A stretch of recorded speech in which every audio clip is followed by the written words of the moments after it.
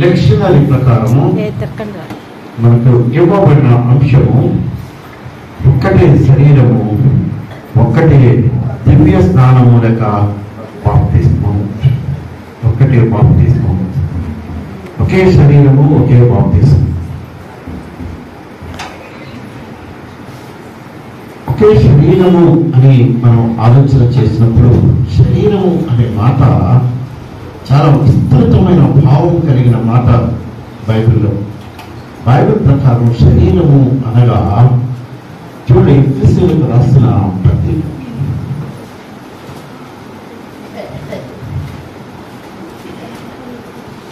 మొదటి అధ్యాయం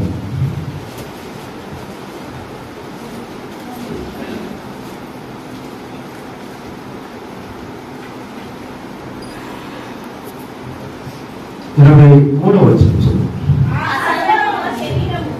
ఆ సంఘము ఆయన శరీరము. ఈ శరీరము అనే మాటకు అది హీబ్రూలోను గ్రీకులోను కొన్ని మాటలు రాయబడి ఉన్నాయి. అయితే నేను హీబ్రూ గ్రీకు గురించి చెప్పను, కానీ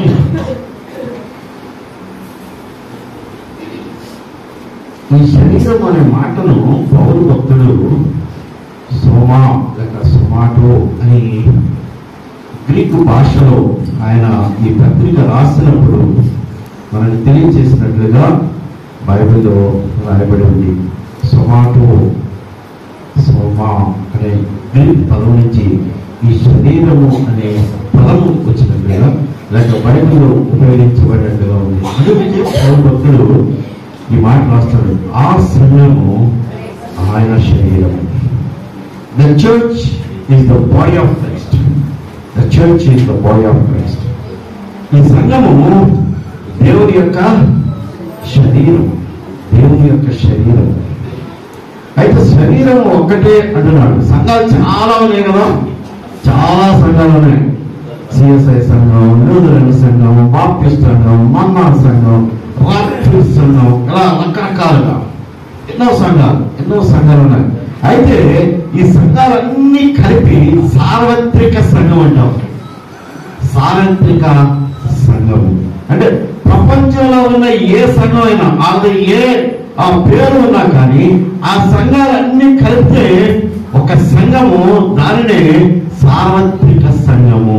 సార్వత్రిక సంఘం, ఆ సంఘమే దేవుని యొక్క లేక క్రీస్తు యొక్క శరీరం. క్రీస్తు శరీరంలో ఈ సంఘాలన్నీ భాగమై ఉన్నాయి. మనం మానవ రీతిగా ఆలోచిస్తే మన శరీరంలో ఎన్నో అవయవాలు ఉన్నాయి. ముక్కు, చెవులు, కాళ్ళు, చేతులు, పట్ల. చిన్నప్పుడు కష్టాలు చూస్తున్నాం కదా, కష్టాలు చెప్పండి. చేతులు అన్నంట పొట్టకి ఏం పని లేదు, తిని పడుకుంటాను హాయిగా, మేము ఎంత కష్టపడుతున్నాము, ఇక్కడి నుంచి నేను కష్టపడడం అని చేతులు కొట్టి కూర్చున్నాను. పాడమేంటో అప్పో ఎక్కడికి వెళ్ళాలని నేను పొలం వెళ్ళి పని చేసి తెస్తేనే కానీ ఈ పొట్ట తినలే కదా అని ఆవిడ కాళ్ళు కూడా పని చేయడం మానేది. ముక్కు చెవులు కూడా రకరకాల, నేను ఈ పని చేస్తాను, ఆ పని చేస్తాను, అన్ని పరిమాణేసి భోజనం పెట్టకపోతే ఎవరికి నీరసం? కాళ్ళు ఆగుతాయి, చేతులు ఆగుతాయి. శరీరంలో ఉన్న అవయవాలన్నీ పనిచేస్తేనే అది శరీరము అవుతుంది. ఆ శరీరము క్షేమంగా ఉంటుంది. ఆ శరీరము క్షేమం అంటే దాని కొరకే పౌలు భక్తుడు సుమోతో అనే మాట గ్రీక్ లో ఉపయోగించాడు. సుమోతో అనగా సంఘము. ఆ సంఘము క్రీస్తు యొక్క శరీరము. The church is the body of Christ. Body of Christ. కొరింథీయులకు రాసిన మొదటి పత్రిక 12వ అధ్యాయం 13వ వచనంలో పౌలు ఏమంటాడంటే,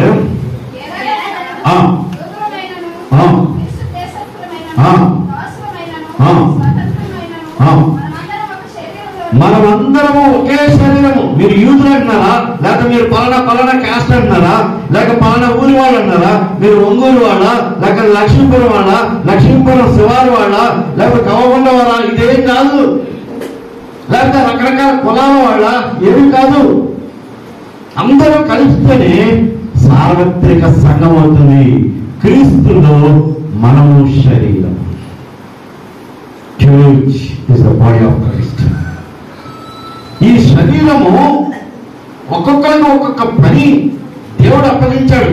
ఆ పనిని మనం అందరం చేయవలసి ఉంది. చూడండి, ఆ ఎఫెసీయులకు రాసిన పత్రిక 4వ అధ్యాయము 13వ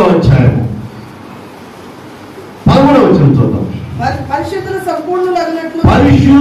సంపూర్ణులగినట్లు. If you want to be perfect, you are holy. ఎప్పుడు హోలీ?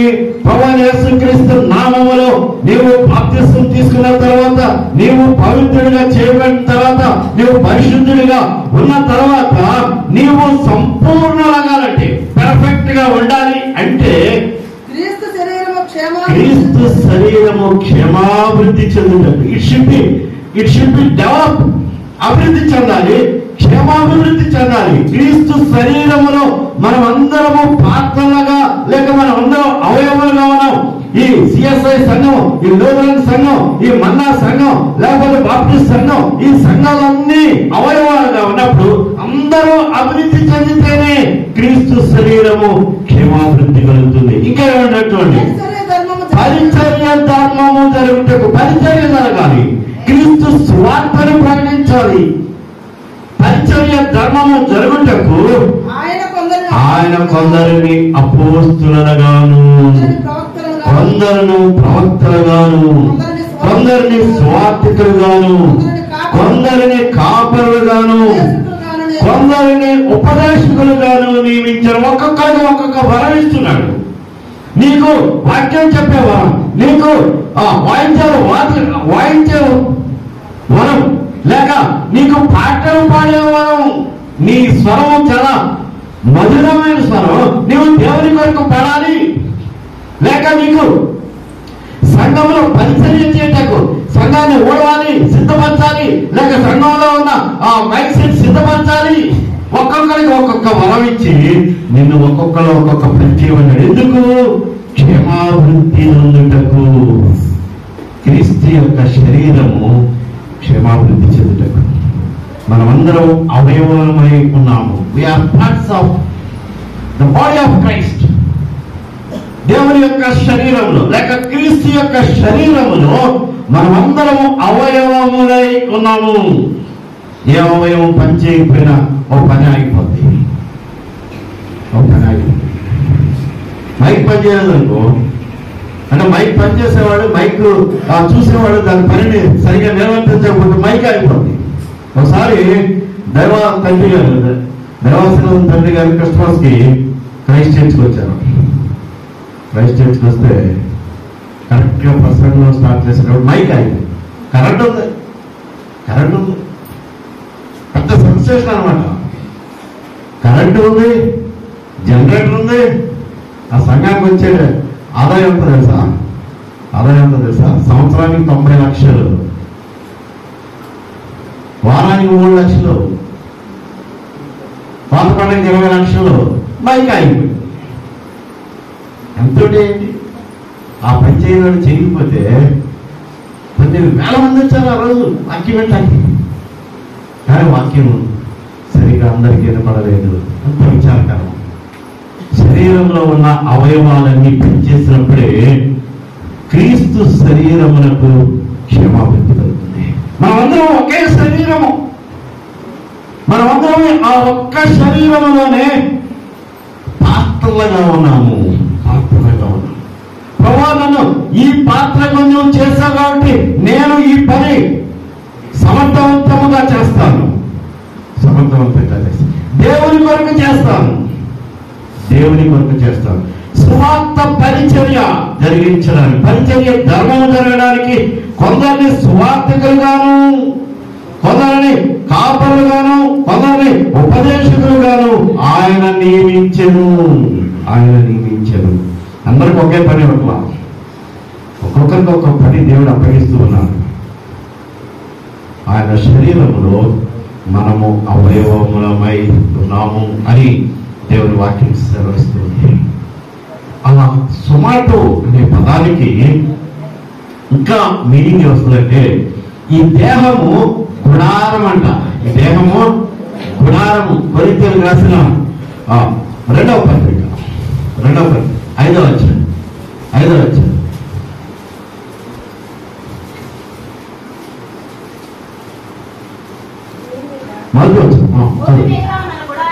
భూమి మీద మన గుడారమైన ఈ నివాసము శిథిలమైపోయినను చేతి పని కాక దేవుని చేత కట్టబడినదియు నిత్యమైనదియునైన నివాసము పరలోకమందు మనకున్నదని ఎరుగుదాము. ఈ గుడారము అంటే మన శరీరము అది ఏమైపోతుంది, ఇది క్షయమైపోతుంది. నల్లారా తిరిగి రెండంటే మనం తిరిగి వెళ్ళాలి. ఈ శరీరము మట్టి కలిపేయాలి. కానీ దేవుని యొక్క శరీరం ఉంది చూశారు, దేవుని చేతి పని కాక దేవుని చేత కట్టబడిన నిత్యమైన ఆ నివాసము పరలోకంలో ఉంది. ఆమోస్ భక్తుడు కూడా ఏమంటాడంటే చదవబడిన ఆ పాఠంలో చూస్తే ఆమోస్ గ్రంథము 9వ అధ్యాయము 11వ వచనం.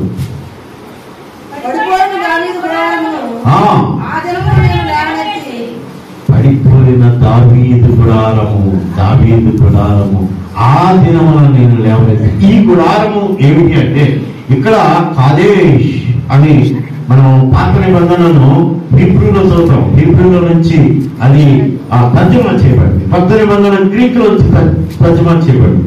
ఈ హీబ్రూలో ఈ మాటలు దావీదు గుడారము అనగా దేవుని యొక్క గుడారము అది పడిపోయింది, లేక దేవుని యొక్క నివాసము, లేక ఆ దేవుని యొక్క సంఘము పడిపోయింది. ఆ సంఘాన్ని లేపాలి, దాన్ని సరిచేయాలి. సరిచేసి అన్యజనులందరికీ అది స్వతంత్రించుకున్నట్లు దాన్ని బాగు చేయాలి అని దేవుని వాక్యం. పడిపోయిన బలిపీఠాన్ని ఏలియా భక్తుడు దాన్ని లేవనెత్తుతూ ఉన్నాడు. మన రాజుల గ్రంథంలో చూస్తే ఆ బలిపీఠము పడద్రాయబడి ఉంటే దాన్ని లేవనెత్తి దాన్ని బాగు చేసి ఆ బలిపీఠమును దేవుని కొరకు సిద్ధపరిచినట్లుగా మనం చూస్తూ ఉన్నాం. దేవుని బలిపీఠం, దేవుని గుడారము. ఈ గుడారము ఒక్కటే గుడారము, ఒక్కటే నివాసము, ఒక్కటే శరీరము. ఈ శరీరములో మనమందరము భాగస్థులమై ఉన్నాము. ఈ గుడారము లేక మానవులుగా మనం జీవిస్తున్న ఈ గుడారము పరిశుద్ధాత్మతో నింపబడిన గుడారముగా ఉండాలి అని దేవుని వాక్యం సెలవిస్తుంది. పౌలు భక్తుడు కొరింథీయులకు రాసిన 1వ పత్రిక 6వ అధ్యాయం 19వ వచనంలో ఈ విధంగా రాస్తున్నాడు. మీ దేహము దేవుని వలన మీకు అనుగ్రహింపబడి మీలో ఉన్న పరిశుద్ధాత్మకు ఆలయమై ఉన్నది. మీలో ఉన్న పరిశుద్ధాత్మకు ఆలయమై ఉన్నది. మీ దేహము దేవుని వలన మీకు అనుగ్రహింపబడి మీలోనున్న పరిశుద్ధాత్మకు ఆలయమై ఉన్నది. మీ దేహాన్ని పాడు చేసుకోవడానికి వీల్లేదు. మీ శరీరాన్ని పాపమునకు దాసులుగా చేయడానికి వీల్లేదు. ఎందుకు అంటే పరిశుద్ధాత్మ మనలో నివసిస్తూ ఉంది. దేవుని స్నేహితుడా, నీవు ఇది గమనిస్తూ ఉన్నావా? నీవు ఆలోచన చేస్తూ ఉన్నావు. ఈ శరీరము దేవుడిచ్చిన శరీరము. ఈ శరీరము దేవుని యొక్క శరీరంలో ఒక భాగము. దేవుని శరీరంలో ఇది ఒక భాగమని మనం జ్ఞాపకం చేసుకుని మనము నీతిగా జీవించవలసి ఉన్నది. 15వ వచనంలో ఏం చెప్తున్నానంటే 6వ అధ్యాయం 15వ వచనం, మీ దేహములో క్రీస్తునకు అవయవములై ఉన్నవని మీరు ఎరుగరా?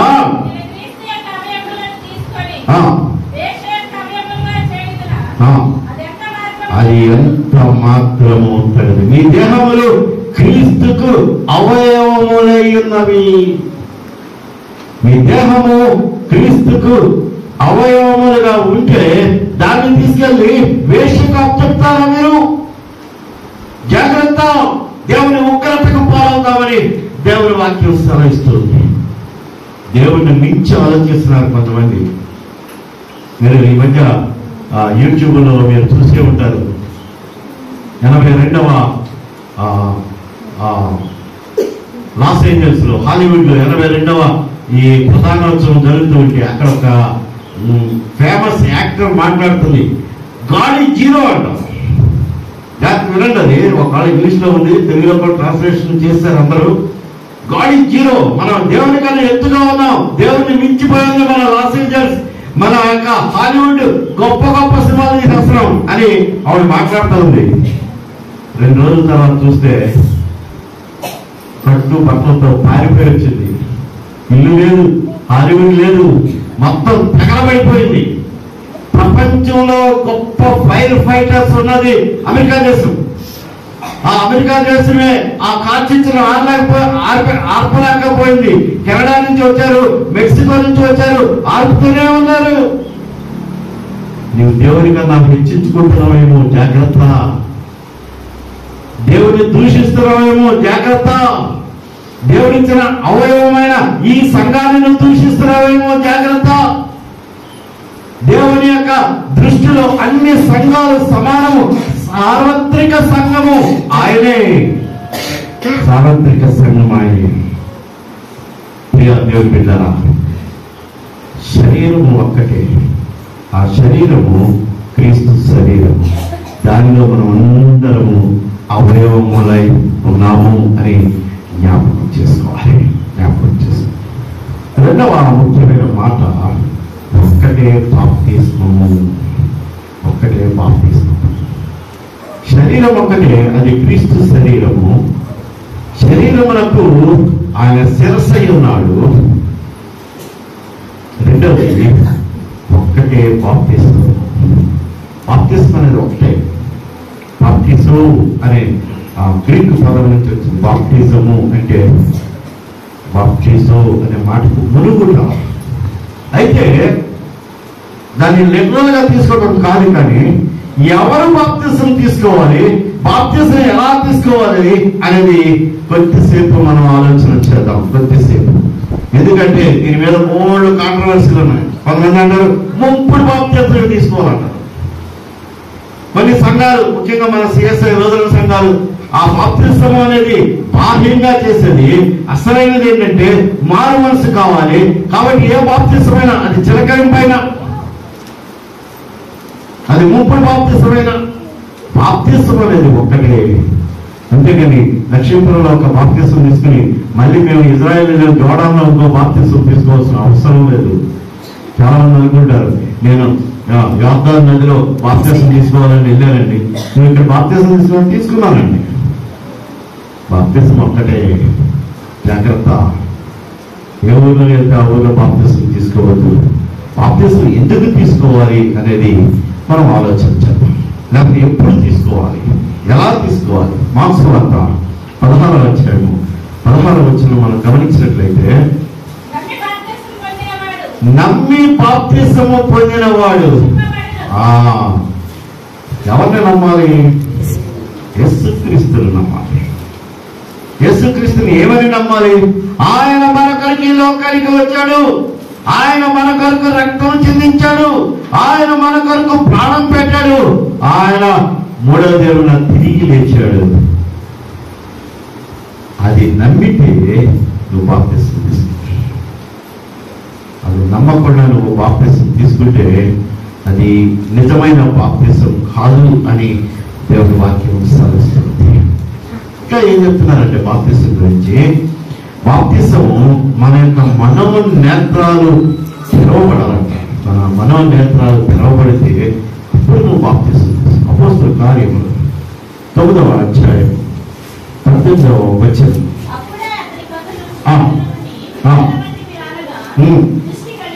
దృష్టి కలిగి అప్పుడే అతని కన్నుల నుండి పొరలు వంటివి రాలగా, దృష్టి కలిగి బాప్తిజం. కన్నులకు అంధకారము వచ్చింది.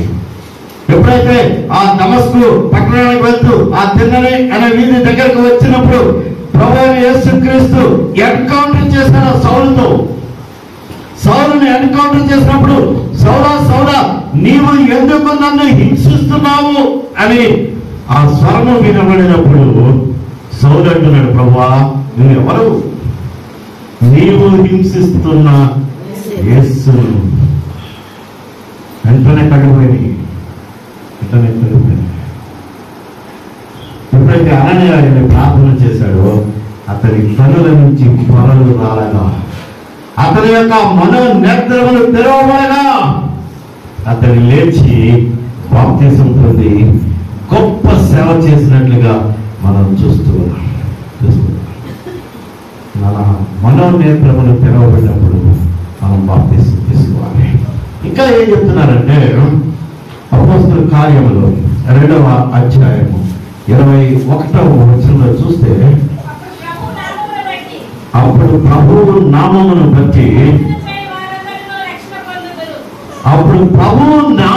బట్టి ప్రార్థన చేయు వారందరూ రక్షణ పొందుదురు. ప్రభు నామములో నీవు ప్రార్థన చేస్తే నీవు రక్షణ పొందుతావు అని దేవుని వాక్యము సెలవిస్తుంది. ప్రభు నామములో నువ్వు ప్రార్థన చేయాలి. ఇంకొక మాట ఏం చెప్తున్నాడంటే, మారు మనస్సు పొందాలి, అప్పుడు నువ్వు బాప్తిసం పొందాలి. 2వ అధ్యాయము 38వ వచనం, పేతురు మీరు మారు మనస్సు పొంది పాప క్షమాపణ నిమిత్తము ప్రతి వాడి యేసుక్రీస్తు నామమున బాప్తిస్మము పొందిడి. మారు మనస్సు పొందాలి. మారు మనసు లేకుండా బాప్తిసం, అది ముంచుడైనా లేక ఇంకేదైనా సముద్రంలోకి వెళ్ళి మునుగుతాం, లేక నదిలోకి వెళ్ళి మునుగుతాం, లేకపోతే మన బాప్తిసం డబ్బలో మునుగుతాం. మారు మనసు లేకపోతే ఎన్నిసార్లు మునిగినా అది వృధా. యార్దాను నదిలోకి వెళ్ళి నువ్వు బాప్తిసం తీసుకున్నా, నీకు నిజమైన మారు మనసు లేకపోతే ఆ బాప్తిసం వృధా. అది చిలకరింపైనా లేక మునుగుట అయినా ఏదైనా కానీ అది బాహ్యంగా నువ్వు ప్రభువును అంగీకరించాలని తెలియచేయడం కొరకు మాత్రమే. కానీ నీకు నిజమైన మారు మనసు ఉంటే అది నిజమైన బాప్తిసము అని దేవుని వాక్యం సెలవిస్తుంది. ప్రియ దేవుని స్నేహితుల, మనకు బాప్తిసం కావాలి అంటే మనం మారు మనసు పొందాలి. మనం పాత నిబంధనలు చూస్తే ఆ బాప్తిసం దీనికి సాక్రమెంట్స్ అంటాం.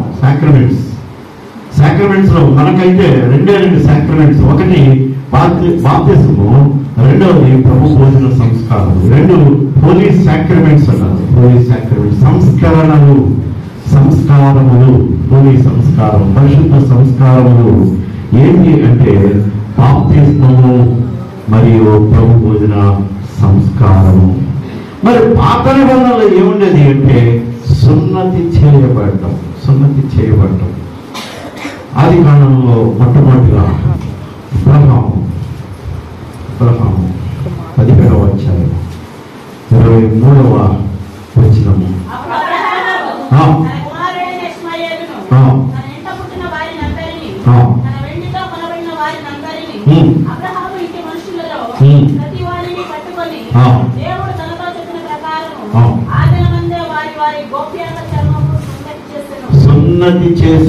సున్నతి చేయబడటమే పాత నిబంధన కాలంలో అది బాప్తిసం.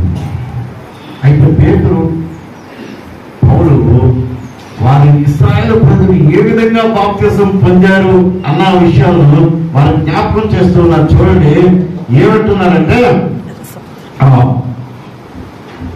కొరింథీయులకు రాసిన మొదటి పత్రిక 10వ అధ్యాయం 2వ వచనంలో,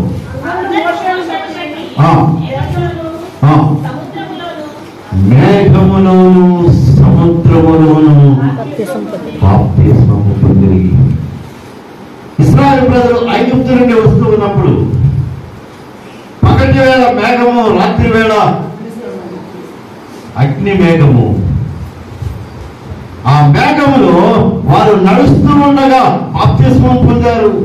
మీరు ఊరికేమండి రక్షణను చూడండి ఏం జరుగుతుందో అని ఎర్ర సముద్రం నుంచి వెళుతూ ఉండగా ఇటు అటు ఆ నీళ్లు గోడ వలె ఉంటే ఆ నీళ్లు వాళ్ళ మీద చివరిస్తూ ఉంటే వారు బాప్తిసం పొందారు.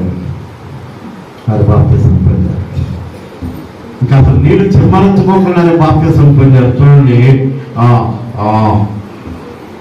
పౌలు భక్తుడు చెప్తున్నాడు, పేతురు రాసిన మొదటి పత్రిక 3వ అధ్యాయము 20వ వచనం.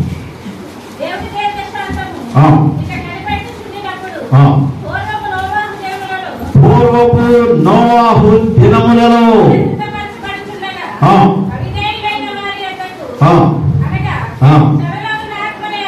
చెరలో ఉన్న ఆత్మ యొద్దకు ఆయన ఆత్మరూపిగానే వెళ్ళి వారికి ప్రకటించెను. ఆ ఓడలో కొందరు అనగా 8 మంది నీటి ద్వారా రక్షణ పొందేది. హల్లెలూయా. వాళ్ళ మీద నీళ్ళేమి పడలేదు, లేక వాళ్ళు మునగలేదు. కానీ ఆ ఓడలో ఉన్నప్పుడు అప్పుడు కురిసిన జల ప్రళయంలో ఆ ఓడ పైకి తేలుతూ ఉంటే వారు ఆ నీటి ద్వారా బాప్తిస్మము పొందారు. నువ్వు నమ్ముతూ ఉన్నావా? బాప్తిస్మం అనేది మారు మనస్సు ఉంటేనే బాప్తిస్మం. అంతేగాని అది చిలకరింప, లేక అది ముంపుడు బాప్తిస్మా, అది సముద్రంలోనా లేక యోర్దాను నదిలోనా అనేది కాదు. కానీ నీవు ప్రభు అయిన యేసుక్రీస్తు నామములో, తండ్రి కుమార పరిశుద్ధ నామములో మీరు బాప్తిసం పొందుడి. అది యేసు ప్రభువు శిష్యులతో చెప్పిన మాట. సర్వలోకములకు వెళ్ళి సర్వ సృష్టికి సువార్త ప్రకటించుడి. ఎవరైతే నమ్ముతారో వారికి తండ్రి కుమార పరిశుద్ధాత్మ నామములో బాప్తిసం ఇవ్వండి. సువార్తను నమ్మిన వారు, వాక్యమును నమ్మిన వారు, నిజమైన మారు మనసు కలిగిన వారు బాప్తిస్మము పొందడానికి అర్హులు అని దేవుని వాక్యం సూచిస్తుంది. దేవుని బిడ్డలారా, మారు మనసు లేకుండా నీవు బాప్తిస్మము పొందలేవు. ఒకడు పొందిన అది నిజమైన బాప్తిస్మము కాదు అని దేవుని వాక్యం సూచిస్తుంది. బాప్తిస్మం పొందిన తర్వాత సంఘము ఎలా ఉండాలి అంటే, అందరూ బాప్తిస్మం పొందారు కానీ సంఘంలో ఐక్యత లేదు. అదే పౌలు భక్తుడు చెప్తున్నాడు. చూడండి, కొరింథీ ఎఫెసీయులకు రాసిన పత్రిక మనం చదవబడిన పత్రిక పాఠంలో చూస్తే ఆయన 4వ అధ్యాయం 1వ వచనం. కాబట్టి సమాధానమును బంధము చేత ఆత్మ కలిగించు ఐక్యమును కాపాడుకొనుటయందు శ్రద్ధ కలిగిన వారై ప్రేమతో ఒకరిని ఒకరు సహించాలి. ఏముండాలంటే ప్రేమ ఉండాలి. ప్రేమ లేకపోతే నువ్వు బాప్తిసం పొందుకున్నా సంఘంలో ఐక్యత ఉండదు. సంఘంలో ఐక్యత లేకపోతే ఆ సంఘము ఒకే శరీరము కాదు. ఆ సంఘములకు క్రీస్తు శిరస్సుగా లేడు అని అంటూ ఉన్నాడు. పౌలు చెప్తున్నాడు చాలా స్పష్టంగా, క్రీస్తు అనే సంఘానికి లేక శరీరానికి ఆయన శిరస్సు అయి ఉన్నాడు. ఆ సంఘము ఐక్యత కలిగి ఉంటుంది. దావీదు అన్నాడు, సహోదరులు ఐక్యత కలిగి నివసించుట ఎంత మేలు, ఎంత మనోహరం. How beautiful it is. Beautiful, మనోహరం. ఐక్యత కలిగిన సంఘము అభివృద్ధి చెందుతుంది. ఐక్యత కలిగిన సంఘములో ప్రేమ ఉంటుంది. దేవుని వాక్యం చెప్తుంది. కొరింథీయులకు రాసిన మొదటి పత్రిక 13వ అధ్యాయం, ఎన్ని ఉన్నా, నువ్వు ఎన్ని భాషలు మాట్లాడినా, నువ్వు ఎన్ని చక్కటి పాటలు పాడినా, నువ్వు ఎన్ని చక్కటి వాయిద్యాలు వాయించినా, నీకు మంచి స్వరం ఉన్నా, ప్రేమ లేని వాడినైతే అది చాలా వృధా అని చెప్తున్నాను. నీకు ఎన్ని తలాంతులైనా ఉండొచ్చు, ప్రేమ లేకపోతే ఆ సంఘంలో ఐక్యత ఉండదు అని దేవుని వాక్యం చాలా స్పష్టంగా చెప్తుంది. ఐక్యత కలిగి ఉండాలి అంటే మనము ప్రేమ కలిగి ఉండాలి. ఇంకా ఏం చెప్తున్నాడంటే, సంఘములో దీర్ఘశాంతము కలిగి ఉండాలి. దీర్ఘశాంతముతో కూడిన సంపూర్ణ వినయము. దీర్ఘశాంతం కలిగి ఉన్నావా? ఓపిక ఉందా? ఆవిడ తిట్టిందండి, నేను వెంటనే తిట్టాలి, వెంటనే అస్సలు ఆవిడ నాకు అన్యాయం చేస్తుంది, వెంటనే అన్యాయం చేయాల్సిందే. ప్రభువు చాలా స్పష్టంగా చెప్తున్నాడు, ఒక్క మాట మనం మీరితే దేవుని చిత్రాన్ని నెరవేర్చిన వాళ్ళకు కాదు అని దేవుని వాక్యం. కొరింథీయులకు రాసిన మొదటి పత్రిక 13వ అధ్యాయము 13వ వచనంలో దీర్ఘ శాంతము కలిగి ఉండండి. 3వ వచనం ఒకసారి చదువు.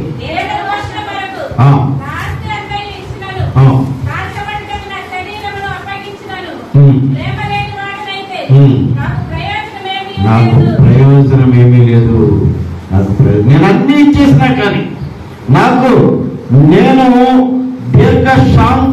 దీర్ఘకాలము సహించకపోతే, 4వ వచనం, ప్రేమ దీర్ఘకాలము సహించును, ఆ ప్రేమ కావాలి. అదే ప్రేమ, దాన్ని అగాపే ప్రేమ అని చెప్తారు. ఏం ప్రేమ అది? అగాపే ప్రేమ. ఆ ప్రేమ కలిగి దేవుని యొక్క ప్రేమ అగాపే ప్రేమ. అది దీర్ఘకాలం సహించను, దీర్ఘ శాంతము కలిగి ఉంటుంది, ప్రేమ కలిగి ఉంటుంది. ఇంకా ఏముంటుందంటే సంపూర్ణ వినయం ఉంటుంది. సంపూర్ణ వినయం. ఎఫెసీయులకు రాసిన పత్రికలో అదే చోట అంటున్నాడు పౌలు, సంపూర్ణ వినయంతో విధేయత కలిగి. నీ పనివాడంటే నీకు విధేయత ఉందా? నీ తల్లిదండ్రుల మీద నీకు విధేయత ఉందా? నీ యజమాని ఎదుట నీకు విధేయత ఉందా? నీ దేవుని ఎడల నీకు విధేయత ఉందా? విధేయత కలిగి నువ్వు జీవిస్తున్నా. ఆయన చాలా స్పష్టంగా చెప్తున్నాడు. ప్రజాజ్ఞంలో ఒక ఆజ్ఞ, విశ్రాంతి దినమును పరిశుద్ధ దినముగా ఆచరించు. ఎంతమంది విశ్రాంతి దినాన్ని పరిశుద్ధ దినంగా ఆచరిస్తున్నారు? ఎన్ని పనులున్నా కానీ వాటిని పక్కన పెట్టి విశ్రాంతి దినమున మందిరానికి రావటం అలవాటు చేసుకోవాలి. మందిరంలో గడపటం దావీదు ఎంత చక్కగా చెప్తాడంటే, నేను ఒక్క దినము మందిరంలో గడిపే అది 1000 దినముల కంటే శ్రేష్టం. జనులు దేవుని మందిరములకు వెళుదాము రండి అంటే నేను సంతోషించాడంట, గర్తులేసాడు. మందిరంలోకి వెళుదాము రండి, ఎవరిని తీసుకొస్తున్నావు మందిరానికి? అనేక మంది అనారోగ్యంతో ఉన్నారు, రాలేని పరిస్థితిలో ఉన్నారు, వారిని నడిపిస్తున్నావు ఆ మందిరానికి?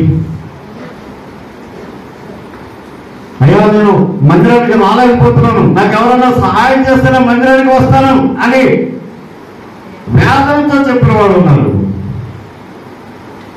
ఒక్క 10 నిమిషాలు నువ్వు సహాయం చేసి వారిని మందిరానికి తీసుకురాలేవా?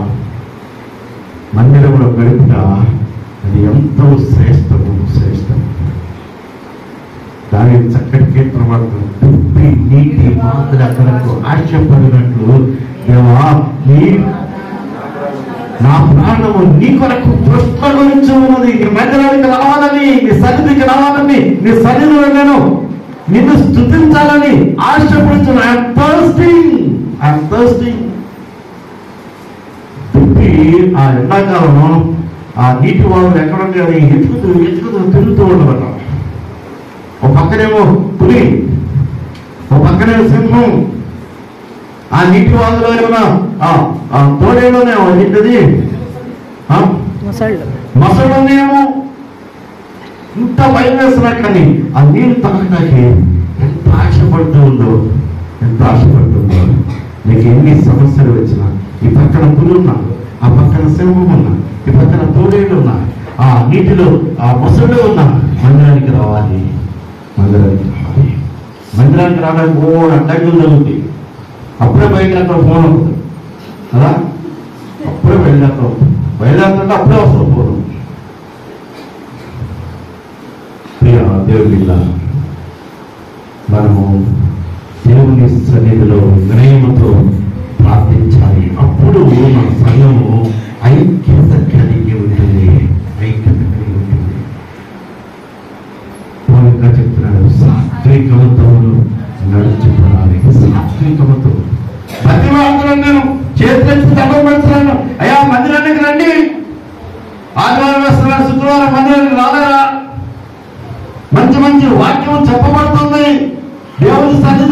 కొద్ది సమయం, 1 గంట సమయం గడుపుతాం. రండి రండి, శుక్రవారం రండి,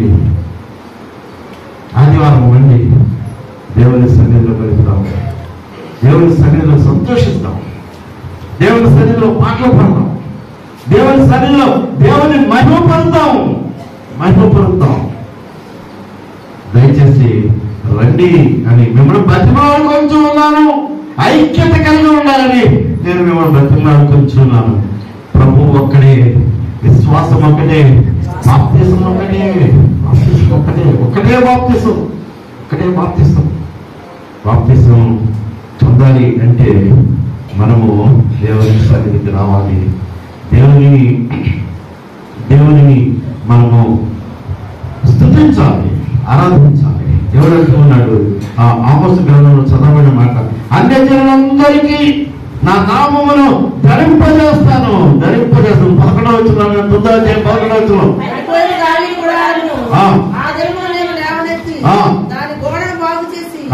దాని పోయిన చోట్లను బాగు చేసి ఎదోము శేషమును నా నామము ధరించిన అన్యజనులందరినీ, నా నామము ధరించిన అన్యజనులు, ఇక్కడ కులం లేదు, మతం లేదు, గ్రామం లేదు, తేడా.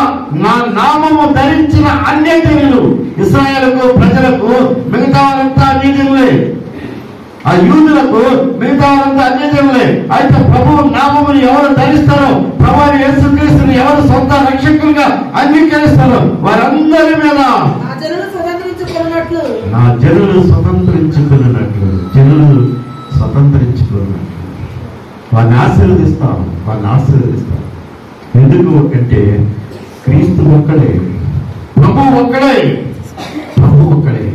విశ్వాసం ఒక్కటే. అది important. The faith is only one. అదేంటి అంటే ప్రభువైన యేసుక్రీస్తును సొంత రక్షకునిగా అంగీకరించడం. సొంత రక్షకునిగా అంగీకరించిన తర్వాత బాప్తిసము ఒక్కటే. 2-3 బాప్తిసాలు లేవు. మందరు గారు, నువ్వు 3 బాప్తిసం నాకు కావాలి. ఓకే, నీకు అందుబాటులో ఉన్నది. ఒకవేళ బాప్తిసం లేకపోతే, ఇప్పుడు బాగా చలి ప్రదేశంలో ఉన్నారండి. ఇప్పుడు కిషోర్ గారు ఉన్న ప్రదేశం -5, 6, 25 వెళ్ళిపోతే ఆ యుక్రెయిన్ అటువైపు, అక్కడ బాప్తిసం వాళ్ళని నీళ్ళ ముంచుతారా? గంట కట్టేసి ఉంటుంది అక్కడ. ఎక్కడ ముంచాలి? అయితే వాళ్ళ బాప్తిసం ఇవ్వడానికి వీలు లేదా? ఏ కాదు, దేవుని కుమారులుగా, దేవుని కుమార్తెలుగా అంగీకరించబడడానికి వీలు లేదా? బాప్తిసం అంటే నిజమైన మారు మనసు కలిగి ఉంటారు. ఎడారిలో, ఆ రాజస్థాన్ ఎడారిలో ప్రభువుని నమ్ముకున్నాడు ఒక ఆయన బాప్తిసం వారి. ఎక్కడ వాళ్ళ నీళ్ళు లేవు, అంత ఇసుకే. అంటే బాప్తిసం ఇవ్వడానికి గంగానది దాకా రావాలా? అవసరమా? నువ్వు నిజంగా బాప్తిసం అనేది బాహ్యంగా జరిగేదే తప్ప అంతరంగములో మారు మనసు అనేది అవసరం. విశ్వాసము ఒక్కటే. ప్రభువైన యేసుక్రీస్తును సొంత రక్షకునిగా అంగీకరించడం, అది ప్రభువు ఈరోజు కోరుకుంటున్నాడు. నువ్వు ఆయనను సొంత రక్షకునిగా అంగీకరిస్తూ ఉన్నావా? అంగీకరిస్తే చదవబడిన సువార్త పాఠం ఒకసారి గమనిద్దాం. మత్తయి సువార్త 16వ అధ్యాయం.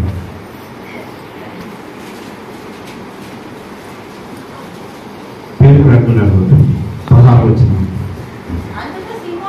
అందుకు సీమోను పేతురు, నీవు సజీవుడగు దేవుని కుమారుడవై క్రీస్తు, దేవుని కుమారుడు, నువ్వు సజీవుడవు, నీవు సజీవుడవు, నువ్వు మాట్లాడేవాడవు, నీవు తాకేవాడవు, నీవు వినేవాడవు. మాకు కాదు యెహోవా, మాకు కాదు, సమస్త ఘనత మహిమ నీకే. ఎందుకంటే నీవు సజీవుడవు, దేవుని కుమారుడవు. చదవబడిన మన ఉత్తర పశ్చిమ పాఠం ఒక్కసారి చూద్దాం.